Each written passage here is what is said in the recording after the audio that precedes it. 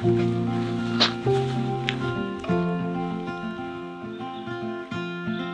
days don't seem so wet. Stormy nights don't stay. From the moment. Bonjour à toutes, bonjour à tous, bienvenue dans cette vidéo. La vidéo d'aujourd'hui, on va parler de la netteté, comment je peux avoir des images nettes à chaque fois.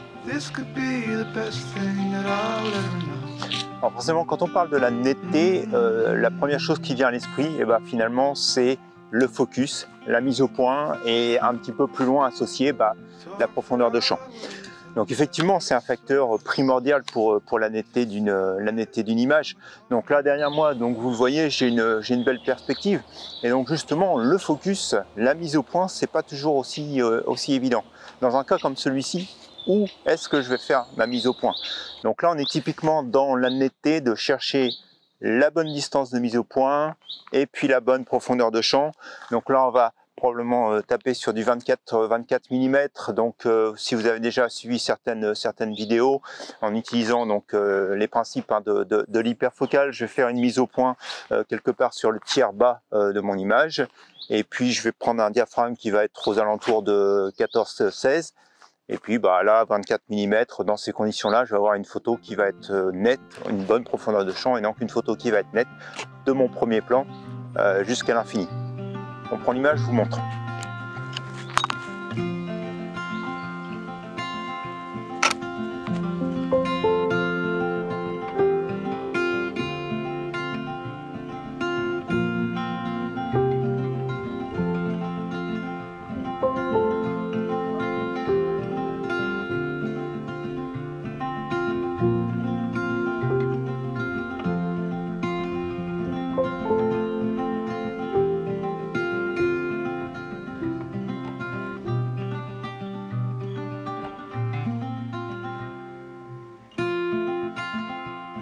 Alors vous avez vu l'image, elle est nette, et pourtant la même image, prise presque de la même manière, aurait pu ne pas être nette.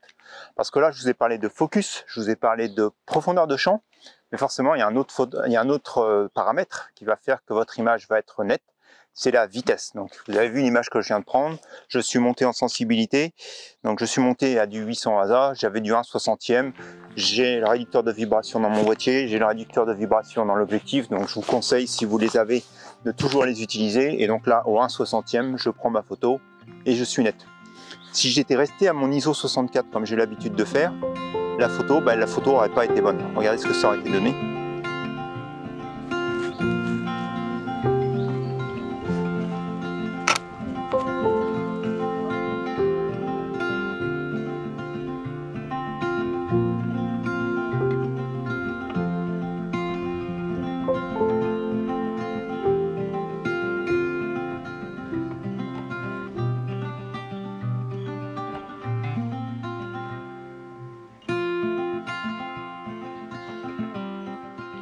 Parce que cette fois-ci, ma vitesse est basse, et comme je suis donc à main levée, j'ai un léger mouvement. Alors, vous l'avez vu, en se concentrant, elle n'est pas si ratée que ça, mon image, mais en tout cas, on n'obtient pas la netteté maximale que l'on pourrait obtenir. Donc effectivement, si je descends trop bas dans la vitesse, qu'est-ce qu'il va falloir faire?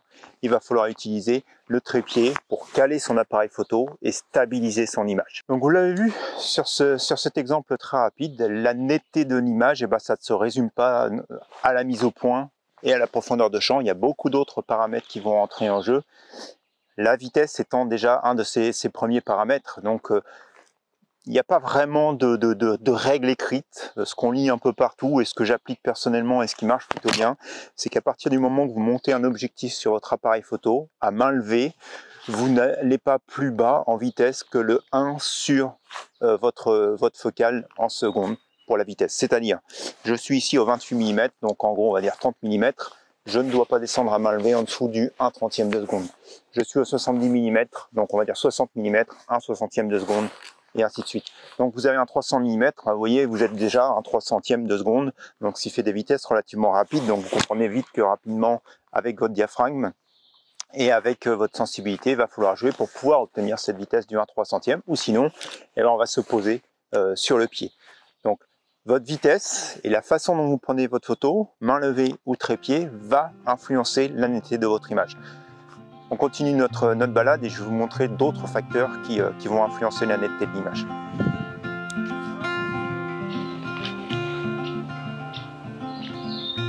Donc voilà, on a vu que notre vitesse, notre mouvement, forcément, va influencer la netteté de votre image. C'est-à-dire qu'en fonction de la vitesse que vous avez sélectionnée, votre mouvement naturel va faire que l'image va être plus ou moins nette.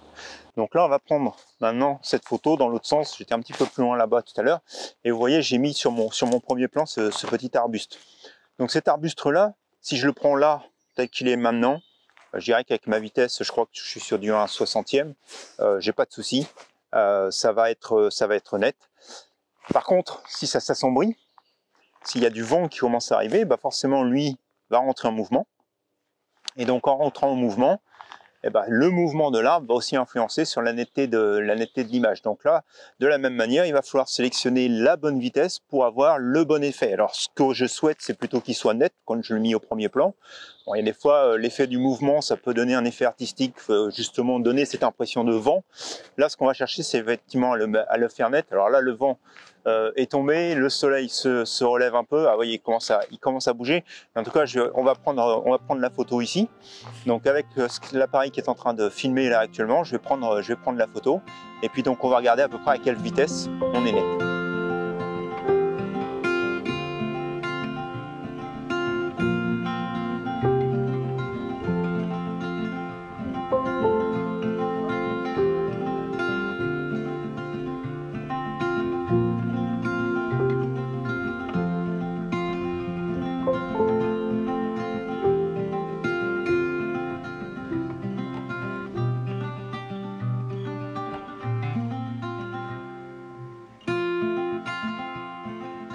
Alors vous l'avez vu, donc j'ai voulu rester sur du f14 pour avoir la bonne profondeur de champ, mais j'ai du coup été obligé de monter très haut en sensibilité pour obtenir une bonne netteté sur les feuilles et surtout figer ce mouvement qui est créé par le vent. Donc un facteur très important sur la netteté de vos images, et ça va être aussi la vitesse, parce que la vitesse va figer le mouvement ou ne pas le figer justement, et donc créer ou ne pas créer du flou. On continue notre balade, on va parler d'un autre facteur qui peut influencer aussi la netteté de vos images.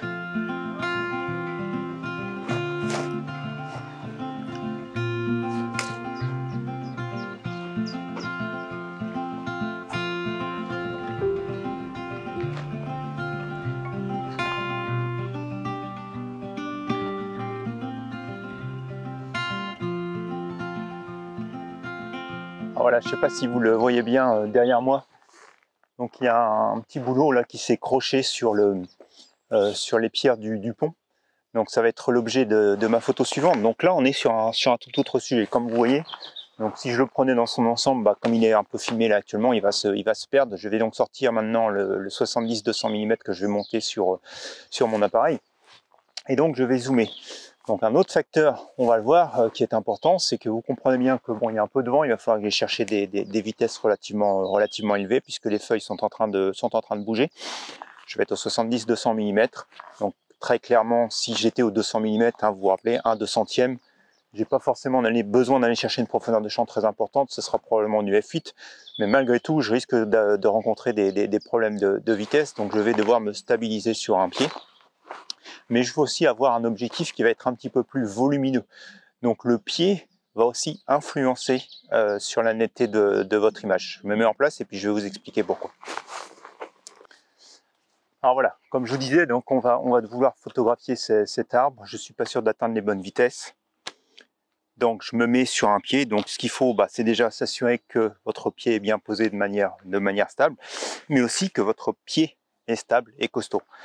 Donc franchement, sur le pied, je vous ai un conseil, c'est vraiment de réfléchir longtemps avant d'acheter un pied et d'acheter quelque chose qui est relativement robuste, stable.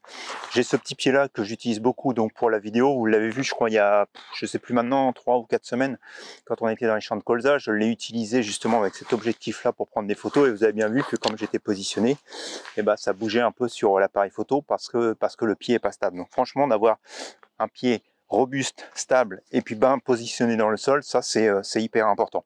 Et puis après il y a la façon aussi dont vous allez mettre votre objectif votre objectif et votre appareil photo sur le pied. De manière classique, on aurait plutôt tendance, donc là je sais que je veux photographier en paysage, donc je vais avoir tendance, en portrait je veux dire, je vais avoir tendance à mettre mon pied, à l'installer comme ceci. Hop, je vais le serrer quand même. Hop, voilà. Mais vous comprenez bien qu'il y a un premier problème. Déjà, c'est le risque que ça chute, parce que le poids de votre objectif, il est ici complètement déporté. Et vous voyez, en fait, si vous, je ne sais pas si vous pouvez bien le voir, je vais mettre la caméra ici, sur celui-ci. Tac. Pour vous montrer un peu ce que ça donne. Alors, je ne suis pas bien réglé sur l'arbre, mais c'est pas ça que je veux montrer. Mais vous voyez, sur mon pied, bon, si je bouge, on voit quand même que si je bouge mon pied, pardon, on voit légèrement le mouvement. Mais vous voyez, si je touche en fait ici devant sur l'objectif, et ben on s'aperçoit, vous voyez, tac, hop, excusez-moi, je ne l'ai pas bloqué en rotation. Hop. Voilà. Donc on s'aperçoit que, vous voyez, il y a un mouvement. Il y a un mouvement sur l'objectif. Et donc ce mouvement, il va être encore plus important si par la suite, en plus, vous montez votre colonne, parce que vous avez donc le mouvement de la colonne ici qui est beaucoup moins stable. Hein. Je tiens mon pied, mais vous voyez, sur la colonne, je peux faire bouger. Et puis aussi, donc, ce qui va être embêtant, c'est que vous avez le poids de l'objectif. Donc, très clairement, sur ce genre d'image, ce que je vous conseille aussi,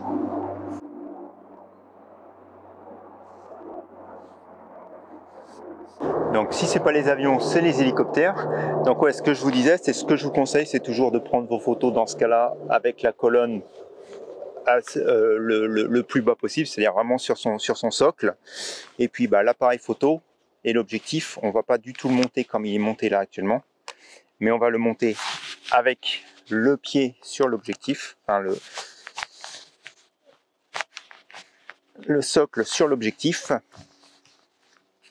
Et donc ici, hop, je suis bien serré, ok c'est bon. Et là vous allez avoir beaucoup plus de stabilité. Et après en fait sur les objectifs, bien souvent vous avez cette petite vis qui va vous permettre de passer directement tchac en mode paysage et c'est réglé. Et donc là vous avez beaucoup plus de stabilité puisque finalement le poids de l'appareil photo et de l'objectif est équilibré sur le centre de la colonne. Donc ensuite il va falloir faire bien sûr les réglages, mais là vous avez le maximum de stabilité. Alors la stabilité n'est jamais parfaite et plus votre objectif va être long, plus aussi il va y avoir la prise au vent. Donc le vent peut faire bouger un peu quand il est très fort l'objectif. Donc il y a plein d'autres facteurs qui rentrent en compte. Mais en tout cas, si vous voulez être sûr d'avoir la meilleure netteté pour votre photo, il va falloir s'installer comme ça sur un pied robuste. Et donc après, quel que soit, je dirais, le vent et les conditions externes, les seules préoccupations que vous allez avoir, c'est celles qui vont faire que votre image va être nette ou pas sur l'arbre. Donc, c'est-à-dire votre réglage de vitesse, de diaphragme, et puis essentiellement aussi de sensibilité, puisque tout ça, comme vous le savez très bien, va être lié. Donc là, on va regarder pour prendre l'image ici. Alors, puisque l'on parle de netteté et qu'on passe aux choses sérieuses, je mets mes lunettes. Donc je mets en route la caméra ici. Tac. Donc voilà en fait ce que je veux prendre. Donc je vais. Alors en fait pourquoi je suis remonté un peu ici, c'est juste pour être en hauteur, pour être un peu plus au niveau par rapport à l'arbre, parce que sinon il y avait trop de la partie de l'arbre là qui dépassait sur la partie haute et ça me plaisait que très moyen. Donc là je vais me positionner probablement quelque part comme ça. Alors je suis bien en 200 mm, donc je suis au maxi. Donc je vais le laisser probablement respirer un petit peu plus sur la droite. Je pense qu'au niveau... Tac. Je vais me mettre quelque chose comme ça. Alors de toute façon, vous le savez très bien, je suis en format vidéo, donc en 16/9, donc il va falloir que je me refixe après, mais je pense que je suis plutôt pas mal, que je me recadre. Et donc là, très clairement, vous voyez bien qu'on a un souci avec le vent. Là, je pense que je suis plutôt bien. J'ai vraiment envie après au cadrage final, probablement ça sera un 4/5, mais je veux garder vraiment de la partie basse du mur et donc couper vraiment où c'est là actuellement sur la partie haute de l'arbre. Forcément maintenant j'aurais tendance à me dire que je veux un peu de soleil et un petit peu moins de vent, mais en tout cas c'est pas ce que j'ai. Donc on voit le mouvement. Donc maintenant je vais passer, vous avez vu pour le cadrage, donc je vais passer en mode photo. Je vais vous indiquer donc mes réglages. Donc comme je vous disais, diaphragme de f8. Je vais vérifier que j'ai pas de compensation. Ouais, c'est bien ce qui me semblait. Voilà, à 0. Diaphragme f8. Vitesse. Là pour l'instant il me donne du 1/30. Ce qui très clairement ne va pas être suffisant par rapport au mouvement que j'ai dans l'arbre. Donc je vais monter ma sensibilité. Alors, 1/30, donc j'ai fait 2 fois, ça fait déjà, là je suis à 1/60.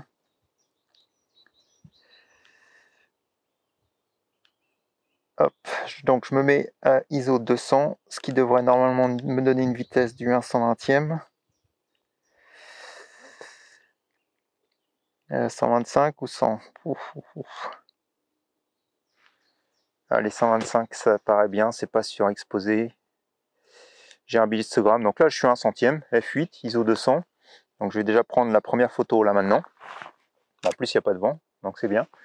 Et puis on va peut-être essayer d'attendre un petit peu qu'il y ait du soleil pour prendre la photo finale. Mais vous avez bien compris. Donc on s'installe sur un pied stable, on s'installe avec le montage sur l'objectif parce que je suis au 200 mm avec un objectif qui est lourd.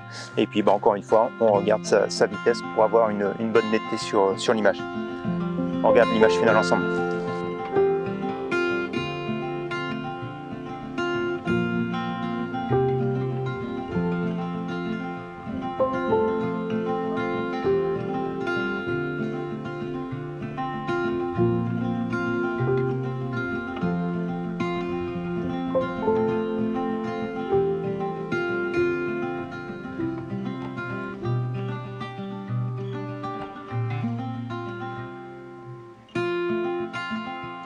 Alors vous l'avez vu, sur le terrain, il y a beaucoup de choses à faire attention pour avoir une photo nette, notamment les réglages, mais aussi la façon dont on installe son appareil photo sur son trépied ou d'où on tient son appareil photo si on fait de la main levée. Il y a un dernier élément que je voulais aborder ici avec vous. Alors on est à la limite de la netteté, mais au moment aussi du traitement des photos, donc lorsque vous allez être dans Lightroom, il y a aussi quelque chose d'important qui peut vous aider à améliorer la netteté de vos images. Donc en fait, c'est ce fameux onglet qui s'appelle Détails. Donc si vous cliquez sur l'onglet Détails, que vous faites un zoom sur une partie de l'image, on va zoomer même encore un peu plus. Donc vous voyez, donc celle-ci c'est l'image que j'avais prise au ISO 1600 et donc j'étais à une vitesse du 1/60. Donc on voit que malgré le vent, globalement les feuilles sont nettes. Alors il aurait fallu probablement que je monte même encore un peu plus haut parce qu'on voit que certaines ont eu quelques mouvements. Mais ce que je voulais surtout vous montrer, c'est qu'on a aussi des phénomènes de bruit. Donc quand vous touchez à l'onglet Détails, ça va vous aider aussi à améliorer un peu la netteté de vos images. Donc là, on peut toucher d'abord à la réduction du bruit au niveau des couleurs, de la luminance. Donc si vous regardez, ça c'était sans la correction et avec la correction. Donc vous voyez qu'on a déjà amené beaucoup plus d'informations ici dans les feuilles, donc on a quelque chose de beaucoup plus net. Et puis bien sûr aussi toucher donc au sharpening, donc à la netteté. Alors là, je vous conseille d'être très prudent. On va le voir si je pousse complètement à droite. Donc ça donne vraiment quelque chose d'assez bizarre. Je vais réduire la taille de la photo. Et vous voyez, donc là c'est avec le sharpening poussé complètement sur la droite. Je vais le réinitialiser pour que vous voyez ce que ça donne. Donc on a vraiment un effet vraiment assez bizarre, assez curieux, où on a ces formes qui sont presque trop nettes finalement, qui sont pas très réelles. Donc je vous conseille vraiment d'être prudent. Je vous conseille aussi de zoomer pour voir vraiment sur certaines parties de votre image ce que donne l'effet. Hop, on va se remettre ici sur les feuilles, puisque c'est les feuilles que l'on cherchait à avoir nettes. Donc voilà, en général, très honnêtement, moi je reste autour des 60-70 à peu près au niveau du sharpening. Là, ça me paraît plutôt pas mal. Donc ça, c'était avant qu'on applique les deux effets. Oups. Et puis maintenant, en appliquant l'effet. Alors après, sur le rayon et sur les détails, je joue très peu. J'ai tendance quand même à réduire un peu le diamètre aux alentours de 1. Donc ça, c'est vraiment, je dirais, au feeling. Par contre, un curseur que j'utilise beaucoup, c'est le masking. Donc ce que je fais, c'est que j'appuie sur la touche Alt. Je vais bouger mon curseur en même temps. Donc vous voyez, au départ, on a un écran tout blanc et au fur et à mesure qu'on va le pousser sur la droite, on voit exactement aux endroits, donc c'est les endroits blancs, où finalement le sharpening va être appliqué. Et ce qu'on cherche, c'est vraiment que ça soit appliqué sur les parties, on va dire, un peu de contour finalement des formes et non pas dans les formes elles-mêmes. Donc par exemple, on voit bien ici sur l'arbre, on voit bien que le tronc de l'arbre, enfin de l'arbuste, reste noir, donc l'effet ne va pas être appliqué, il est appliqué sur tout le tour de l'arbre. Donc là, je suis aux alentours de 80, je vais le laisser ici. Et donc voilà mon effet appliqué. Donc sur la partie ici, donc ça c'était sans l'effet, avec l'effet. Donc vous voyez qu'il y a quand même une amélioration globale de la netteté. Et puis donc si on revient sur toute l'image, donc l'image sans l'effet de sharpening, sans l'effet sur le détail, sur la luminance. Et puis donc ici avec l'effet. Donc voilà, dernier petit détail qui vous aidera à améliorer la netteté de vos images. Donc jouez dans Lightroom, jouez sur la netteté, jouez sur la réduction du bruit dans cet onglet détail de Lightroom, donc onglet qui peut être très utile pour continuer à améliorer la netteté de vos images. Donc voilà, donc si je résume en fait sur tout ce qu'on a pu voir ensemble, donc faire attention bien sûr à sa zone de focus, à sa profondeur de champ, à sa vitesse lorsque soit on est à main levée ou que l'on a des objets qui sont en mouvement, se stabiliser sur son pied. Si on a un objectif relativement lourd, poser l'objectif sur le pied, non pas l'appareil sur le pied pour éviter que le vent, que le poids de l'objectif puisse aussi amener des vibrations. Éviter de déplier au maximum la colonne pour être vraiment sur le socle du trépied et avoir vraiment une assise qui est stable. Et puis donc enfin, dernier point, en post-traitement, jouez avec Lightroom, jouez avec les curseurs de Lightroom pour améliorer la netteté de vos images. Voilà tout ce que je pouvais vous dire aujourd'hui à propos de la netteté. Donc j'espère que votre vidéo vous aura été utile. Si c'est le cas, vous connaissez la petite musique, un petit pouce en l'air, n'hésitez pas à commenter, n'hésitez pas à me donner votre avis. S'il y a d'autres phénomènes, d'autres points que j'ai oubliés qui peuvent nous aider à améliorer la netteté de l'image, continuez à partager dans les commentaires. Il ne me reste plus qu'à vous souhaiter à toutes et à tous un bon dimanche, une bonne semaine, et puis on se dit à la semaine prochaine pour de nouvelles expériences photographiques. Allez, bonne semaine à vous, au revoir.